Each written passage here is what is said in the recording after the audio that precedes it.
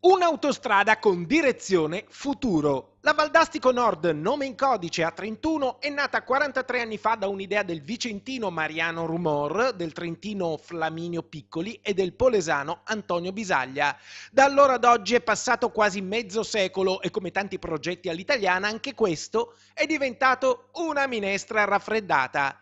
Oggi però finalmente il Trentino trova corrispondenza di politici sensi con il Veneto e riaccende la fiamma di una speranza che profuma di progresso e di sviluppo. Con l'imminente apertura del primo tratto della Pedemontana Veneta da Montecchio Maggiore a Spresiano e col progetto TAV ancora in rampa di lancio, la Valdastico Nord è il segnale che dopo anni di immobilismo il Veneto torna protagonista delle grandi infrastrutture italiane. Il piano che verrà presentato al governo entro il 10 aprile prevede 40 km tra Piovene Rocchette e Rovereto Sud, con il 78,5% del tracciato in galleria. E proprio sul Foro dei Monti iniziano già le prime dispute ambientaliste e politiche. Il ministro grillino Riccardo Fraccaro attacca, sostenendo che non esiste alcun progetto esecutivo concreto, che sulla Valdastico Nord si fa sola mera propaganda politica e che le risorse devono essere impiegate soprattutto per potenziare la rete ferroviaria e collegare le valli.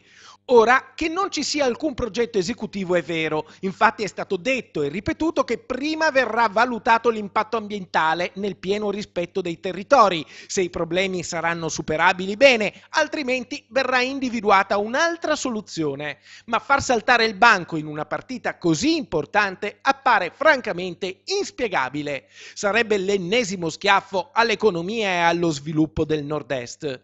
Questo lo ha capito bene il presidente trentino Maurizio Fugatti, che alle ultime elezioni politiche nel 2018 ha superato nel collegio uninominale di Pergine Valsugana proprio il critico Riccardo Fraccaro. Insomma, i consensi del territorio a quanto pare sono dalla parte di Fugatti, che sta lavorando a un progetto che appare chiaro ed equilibrato. Una volta che Trentino e Veneto avranno firmato l'accordo, sarà il Ministero dei Trasporti del grillino Danilo Toninelli, collega di partito di Riccardo Fraccaro, a incaricare la concessionaria, la società Brescia-Padova, di realizzare lo studio di fattibilità. 2 miliardi di euro la stima. Ma attenzione, il futuro non è un costo, è un investimento.